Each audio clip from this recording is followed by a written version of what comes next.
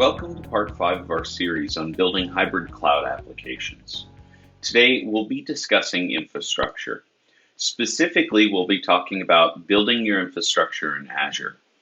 Before we get into that topic though, let's briefly review what we've gone over in the prior parts of this series. In part 1, we showed how to quickly build an API utilizing existing business logic with Thriftly. Although today's video doesn't depend on the prior videos, we are going to assume some basic knowledge related to using Thriftly and building an API. If you aren't familiar with Thriftly, it would be beneficial to go back and watch the prior parts of this series.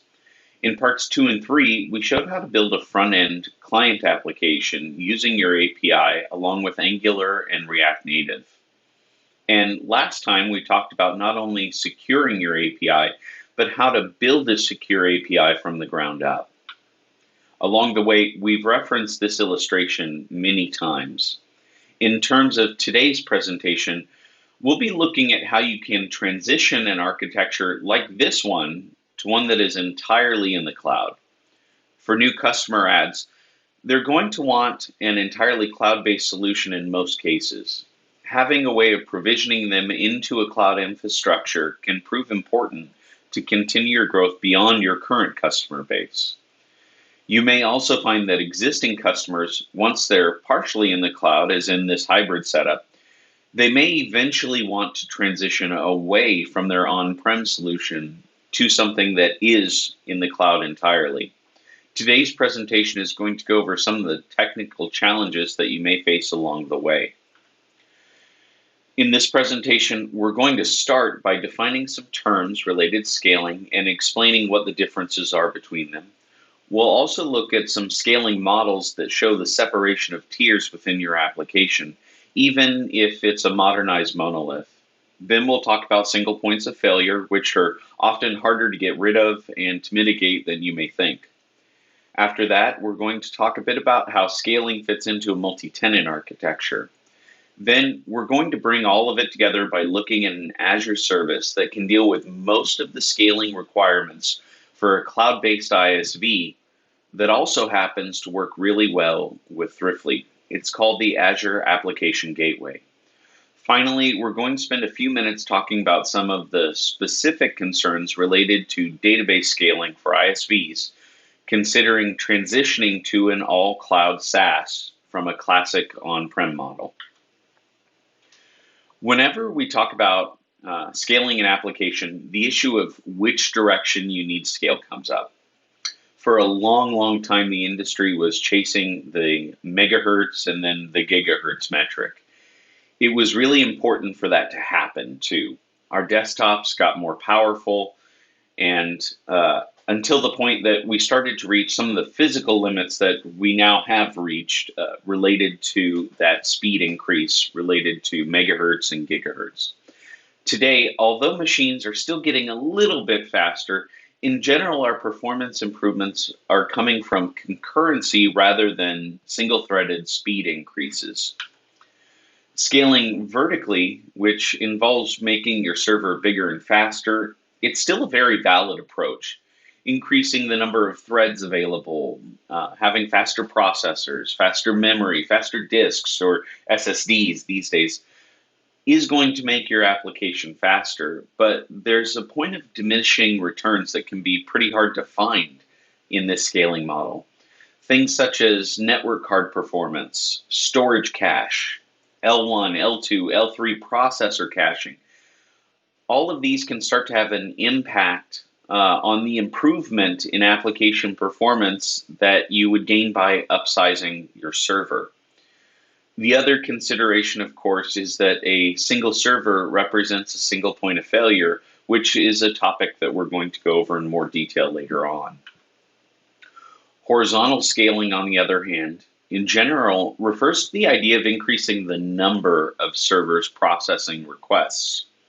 Very often, people mistake congestion for inadequate processing power. The idea of using a faster machine is simply easier to grok. Quite often, though, you'll find that the processing performance isn't the bottleneck, in which case horizontal scaling becomes a possible solution. The problem with horizontal scaling is that it causes a dramatic increase in complexity. Now, instead of focusing on the components within a single box, we have to deal with things like network switch performance or partial server outages or load balancing, failover, partitioning. The list goes on and on when you get into horizontal scaling. But for these additional considerations, and with the proper planning done up front, you get the ability to scale very quickly, well beyond what you could do with just a single machine. You'd be amazed how much you can squeeze out of a handful of mediocre servers running in parallel in comparison to one single hot rod server. Scaling up can also be done really quickly, especially if this infrastructure is built in the cloud to begin with. With this in mind, the rest of our discussion is going to talk about some specific tools that work with Thriftly to help you scale horizontally. We'll also go over some of the common mistakes that are made in this area and how to avoid them. The first and often most difficult issue with horizontal scaling relates to what are called SPFs, or single points of failure. SPFs are almost always the source of outages in small to medium-sized SaaS applications. Even very large vendors get hit by an occasional SPF that they have lurking in their setup. And really, that's the scary part about an SPF. They're hard to see. Very often, they can sit there at the intersection of your software and your infrastructure. What I mean by this is that SPFs can show up where your infrastructure team makes assumptions about the operation of the software, and the software team makes assumptions about the design of the infrastructure. These crevices of assumption, they can be really difficult to track down and require good documentation and good communication between these teams. Very often, you need to have a switch hitter available that has a solid understanding of both the infrastructure and the software design to help find these single points of failure. No matter how hard you try, it's nearly impossible to remove all SPFs unless you have quite a bit to invest in doing so. But getting rid of the major ones, the common ones, can improve both the reliability and the resiliency of your application. And knowing where the remaining ones are can help you when you're experiencing an outage to help find and repair it quickly. What I thought I'd do now is to look at some common single points of failure that we here at Mertech have had personal experience with. So here we have a scenario that shows a project that we worked on where we've been going through a transition process. It's very easy to see in this image where the single points of failure are. Thriftly gateways provide only a single connection by default. If you want failover in this area, you need to set up multiple endpoints to different locations from multiple Thriftly servers. Even then, there's still a hidden SPF that's very hard for most businesses to remove. Normally, you only have one internet provider, and so if internet goes down at a customer location, you would take all of the Thriftly servers at that location offline. Having multiple internet providers can get around this, but it's an area that has to be set up in a very specific manner to fail over without interruption. This is one of those advantages of moving to the cloud from that hybrid setup. Most of the major cloud vendors have multiple providers with transparent routing if one of their backbone providers goes down. This normally prevents this exact kind of outage. But even still, there can be SPFs related to power, storage, facility scale disasters such as storms or fires, things like that. Let's look at the next iteration of this specific setup and see how we've done with the SPFs. So as you see here, we still have our database as a single point of failure. As you can see, even with dual Thriftly servers, we still have a single point of failure shown in the middle there. This location actually has dual internet providers, so that isn't the source of the SPF in this case. Instead, it's related to power failure on site. The site doesn't have a generator backup, and so there's only limited battery backup in case of power loss. But maybe this single point of failure is a risk that you're willing to accept. You'll notice that there's a third single point of failure on the far left here, though. In this case, the customer is using Cloudflare. Cloudflare is a CDN, and they have a global redundant network for load balancing. That is one of the primary features of Cloudflare, in fact. The date of July 17th, 2020, so not too long ago from when this is recorded, is going to live on in infamy for a long time at Cloudflare. That was the date that a huge portion of the internet, many people say half the internet, went dark for about 30 minutes. Cloudflare is responsible for a huge number of services for many major websites, including Politico, Shopify, Discord, many others, and the list is huge from that standpoint. On that day, a bad route caused a huge portion of their DNS traffic to be redirected through one router in Atlanta. Basically, it melted that router and ended up taking down sites for tens of thousands, probably more like hundreds of thousands of sites came down, including ours. Cloudflare accidentally, in this case, created a single point of failure with a simple misconfiguration. The reason we bring this up is to show just how diverse SPFs can be. A vendor can have hidden SPFs that affect you even when they're one of the biggest players in the game. Like I said before, it's nearly impossible to remove all SPFs. Cloud computing can be just as prone to failure as the setup sitting in a forgotten closet in an office if it's not designed well. But a properly designed cloud infrastructure can greatly reduce the number of failure points without greatly increasing the cost associated with doing so. In general, you get multiple internet providers, you get generator backup, you get multi-data center failover, all of these things included in a cloud infrastructure for almost nothing. Whereas building that kind of redundancy yourself would cost an arm and a leg. So how do you go about finding your failure points, especially if you're still in the design phase? Well, diagramming is a great tool, but you have to make sure that your diagram is detailed enough. Very often, you'll need multiple layers of diagramming covering conceptual, virtual, and physical architecture. Sometimes people forget to diagram their virtual infrastructure and then end up neglecting the fact that virtual networks and virtual machines are running on physical hardware that can have outages. Even when dealing with cloud vendors, the physical machine that your VM is running on could fail. And when or if that happens, it's critical that you've made sure that your other VMs, the ones that you're going to fail over to, aren't on that same piece of physical hardware.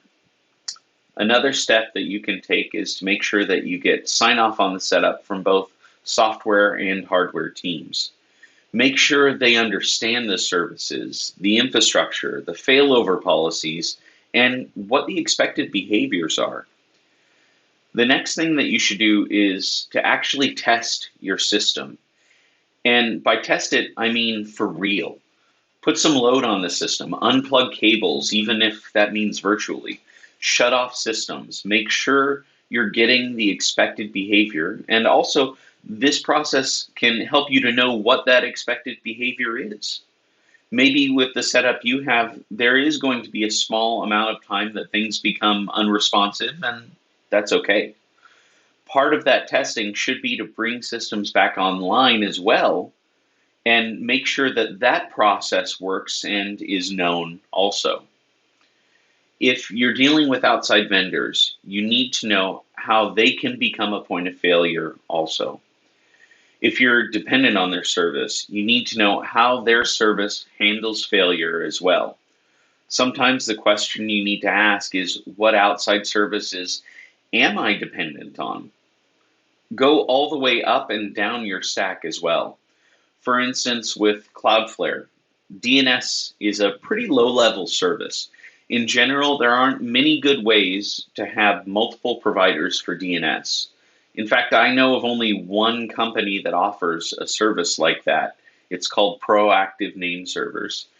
If you do have a hard dependency in an area like this, a low-level service like DNS, know where it is and what's likely to happen to your system if they have an outage. For instance, if it is DNS, can you have an account that you keep in sync manually with another vendor and then switch over to this other DNS service as a backup in case of a primary failure? It may be a manual process that you have to do, but still, it at least gets you something and gives you some mechanism to bring your services back online. And really, that leads to our last item on the list, which is to have a plan for failure points that you're not going to remove.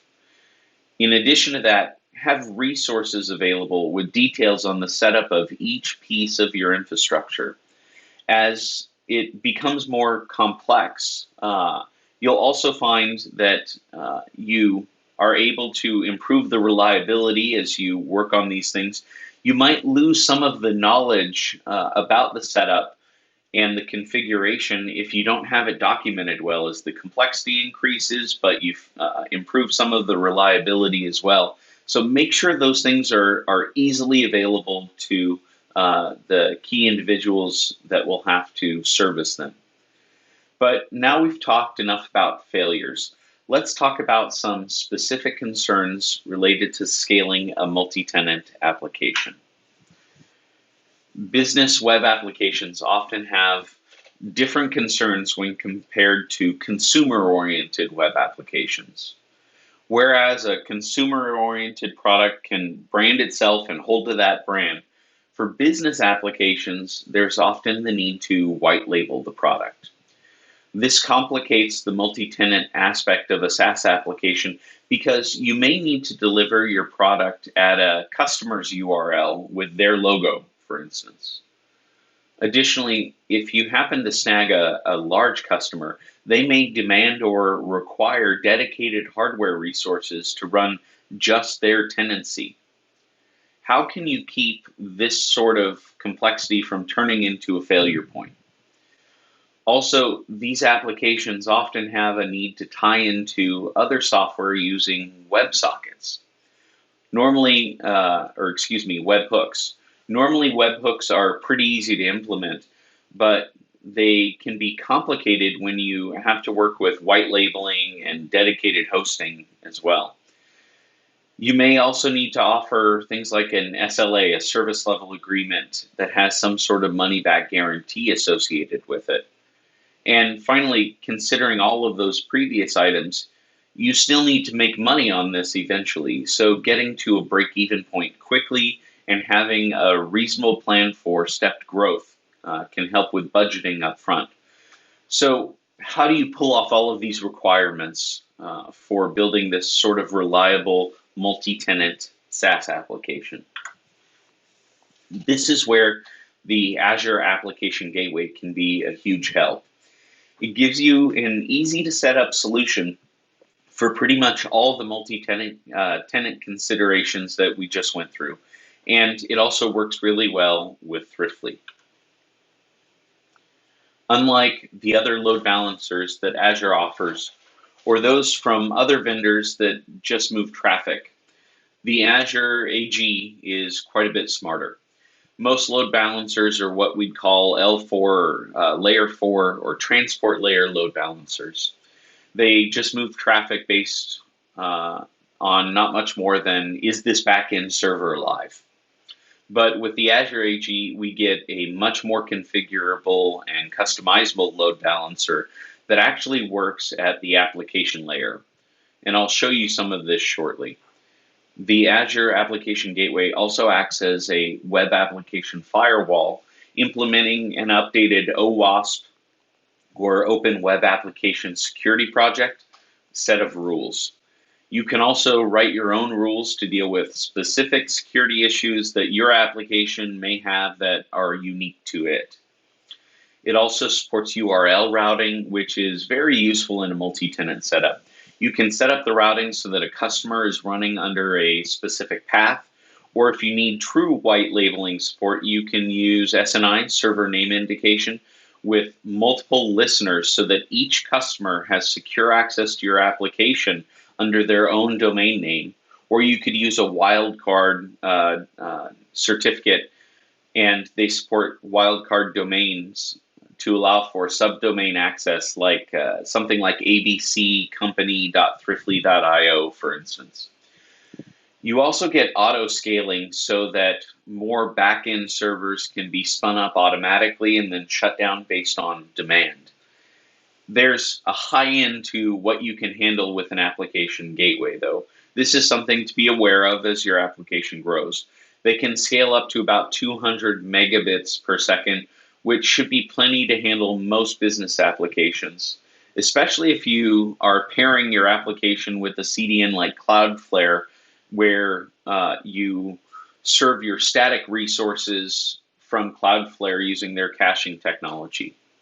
So now what we're going to do is take a look around a very simple example Azure application gateway that we have set up for this demo.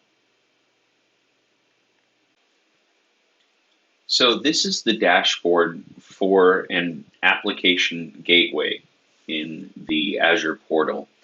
The first thing that we want to look at is what are called the backend pools. You can see here in our setup for this demonstration, we have a backend pool that contains 2 rules associated with it. And each of these is a backend target server that we're going to access. You can see here that we're accessing it by IP address. But notice that you can also do direct virtual machine access or even app services access. The idea here is that since the application gateway can scale servers, rather than being limited to working with just the IP address of the server, it can actually view a backend target as the VM itself. And in this case, we're just using the IP address configuration, which works well with Thriftly, although you can use the VM setup also. And to show you what this Azure Application Gateway actually looks like, it's, like I said, just for this demonstration. And it simply shows a string here showing that we're running from our first VM and that this is accessing customer 1. If I were to change the URL, which you can't quite see on your screen, but if I were to change it here, you can see that it shows customer 2 on VM 1. Notice what happens when I refresh this page, though. Do you see how it switched to VM 2? That's the load balancing that occurs with the Azure Application Gateway. If I were to keep refreshing this, you'll see that based on the type of load balancing we have set up, it just keeps going back and forth between these 2 servers. And in this case, we're using the URL to control which customer's data is being accessed. So let's take a look at that just briefly. Right off the bat, you can see that what we have here is access to 2 different Apache servers is what's actually set up on our server here. One is running at port 8080, and this is for customer 1, and the other one is running on port 8081, and this is for customer 2. So in our setup, we have these dual servers that have copies of each customer setup on them served from a different port in Apache. And so what we have to do in our setup here is list all of those, and then you'll see later on how we're able to control which customer goes where. Let's take a look at how we do that now. To do that, we're using some rules that are in place. So you can see here that we have 2 rules in place. Any path that comes in that contains /customer1, that's meant for our first customer, and so it goes to a target port of 8080. So we have a name target of 8080, and then customer 2 goes to a target port of 8081. Now, that is then load balanced between VM1 and VM2. So in this case, we're using path-based routing for each customer. So each customer would be at application.yourcompany.com/customer1 and /customer2, and that would give them access to their application. But we could also set it up so that it would be based on the actual domain name that they were going to as well. Now, one of the things that we can do here also is we can do what's called a rewrite set. We don't have a rewrite set on here, but if I were to go in and create one, let's go in and create one for this one here. A rewrite set allows us to create specific rules. So I can add a new rule. We're just going to leave the default name. And you can see I have a do action here. Now I have the ability to add a condition as well. So what we can do here is we can say if the HTTP header or if a server variable is at this value, then we need to alter something about the request, if then. So a simple sort of logic that you're allowed to do here. And this allows us to change things on the request or the response side of our HTTP call. So this ends up being very useful in situations where you may need to deal with things like CORS, and you need to add a header into the call that maybe your backend server isn't doing for you.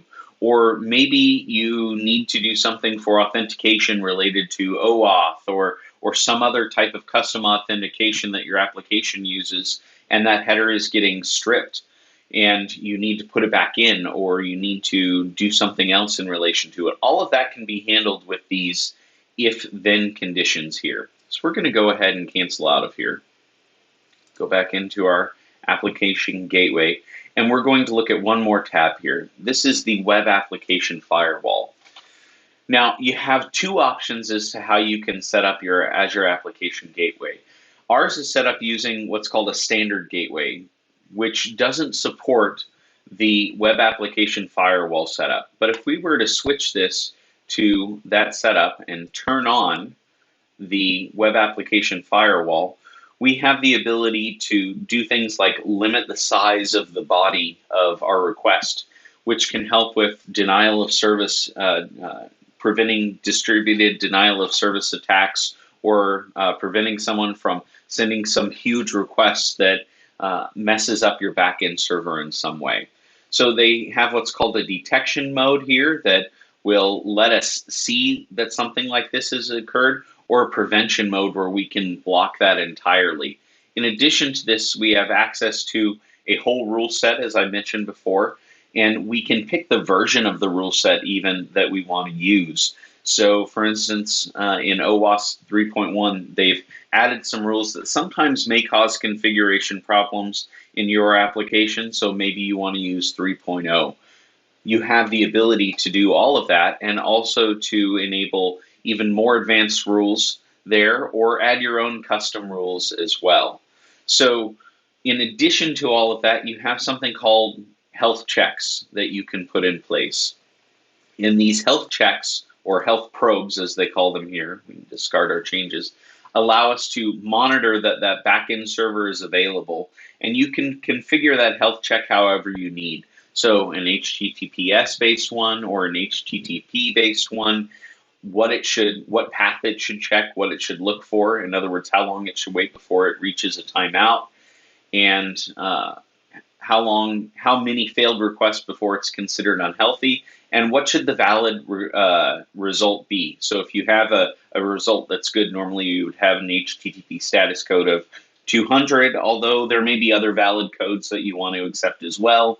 This allows you to configure that, and even to do a regex style string search within your code. And it looks like you can do a partial regex, a match only, but not a full regex in here, to look for some string that should be in your HTML return data, something like that. So pretty powerful here on how you set up those health probes.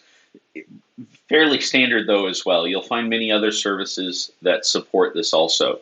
So it should be familiar if you've worked with something like Status Cake, for instance. So all of that's available in here. You have the ability to make a template in relation to it, and they even have a whole metric system that you can put in place so that you can see how your gateway is being used to determine what are the busy times for your gateway. Are there certain people that are using it to the point of nearly abuse that maybe is not being caught by the firewall rules that you have in place? All of that's possible with this. So a very powerful tool available, and as you can see here, pretty easy to set up as well. Let's now go back to our presentation. If you're needing a setup like this and aren't quite sure how to get started, give us a call. Murtech is a Microsoft Gold partner, and we can help you get started with Azure and help you architect and build a scalable, fault-tolerant cloud infrastructure. The last area that I'd like to talk about is the database portion of your application. There are quite a few solutions available in Azure for database hosting. The ones that I've listed here are only a small portion of what's available. Microsoft realizes that different applications can have vastly different database needs, especially when you have existing code bases that may impose additional limitations. So rather than a one-size-fits-all solution, Microsoft went the other direction entirely, giving us so many solutions that sometimes it can be hard to know what to use. The Azure SQL database tends to work better outside of the Saas market. Although there are some limited use cases for Saas applications, most multi-tenant cloud applications are going to be better served by having either a SQL server or a PostgreSQL server running on a VM that you can administer from beginning to end yourself. Where you aren't a fully multi-tenant setup or where you need separate databases for each customer still, something like the Azure SQL Managed Instance pools allow for a variety of databases that are sized in many different ways. This is a rather new offering from Microsoft that basically allows different databases to be sized vastly differently from each other, but for you to purchase a pool of them at a time. Whereas if you were to purchase just a managed instance, which we'll talk about in a moment here separately, you would be limited on the size of that managed instance. So the pool allows you to purchase a group and size very small ones and very large ones together that way. For those that may not have database expertise on hand, having an Azure SQL managed instance, which is the next one that I list here, it's a good medium between a completely hands-off Azure SQL database and running your own VM. It gives you some of the advantages that you'd get with your own VM. There is some administration that you can do, but without requiring quite as much hands-on time and effort to maintain it as with a database running on a virtual machine. Now, all of these that I list here, all of them can be set up for high availability. And as you grow, you can add other managed services as well. For instance, you might find that using NoSQL for parts of your application is more efficient and limits the load on your relational database. Spinning up a scalable NoSQL database in Azure is very easy to do with things like Cassandra, for instance. Make sure, though, that you consider which setup is going to be best for you and your customers. Choosing the wrong database setup is probably the hardest mistake to correct. Just because you were able to get something spun up very quickly doesn't mean that it's going to work at scale just as easily. If you're not sure what to choose, give us a call.